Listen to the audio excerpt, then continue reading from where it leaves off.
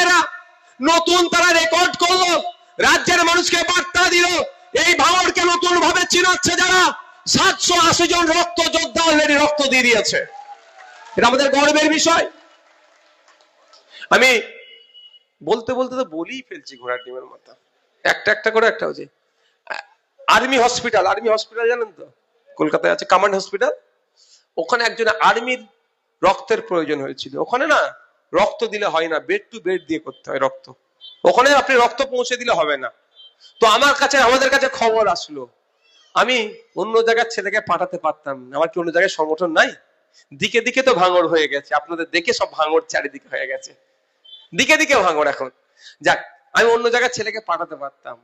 আমার কাছে বললো কিছু ডোনার লাগবে। আমি সিধে ভাঙড়ে আপনাদের নেতৃত্বদের ফোন করলাম। আমি কেন করলাম? যে আর্মিরাও ওই হসপিটালে জানুক, আইডি কার্ড চেক করে তো ঢুকাবে যে ভাঙড়ের ছেলেরা রক্ত দিতে এসেছে, বেড টু বেড গিয়ে ভাঙড়ের ছেলে রক্ত দিয়েছে। তারপরে আবার ফোন হয়েছে, আবার অ্যারেঞ্জ হচ্ছে, আবার ভাঙড়ের ছেলেরা যাবে।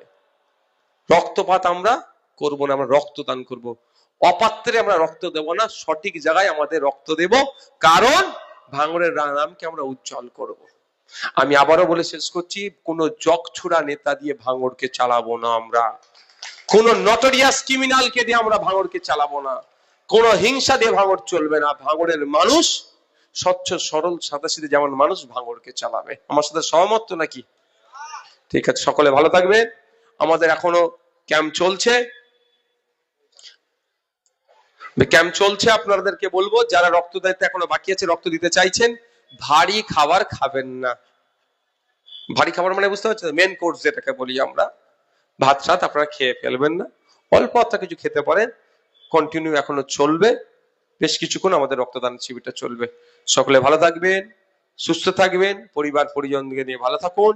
এসআইআর নিয়ে অযথা আতঙ্কিত হওয়ার দরকার নাই। যদি কেউ কোনো নামের ডিস্টার্ব বা কোনো ল্যাক হয়, তার জন্য আপনাদের বিধায়ক আছে, আপনাদেরকে পরিষেবা দেওয়ার জন্য প্রস্তুত আছে। ধন্যবাদ। আপনাকে মহিলারা যাওয়ার জন্য বাবুর সাথে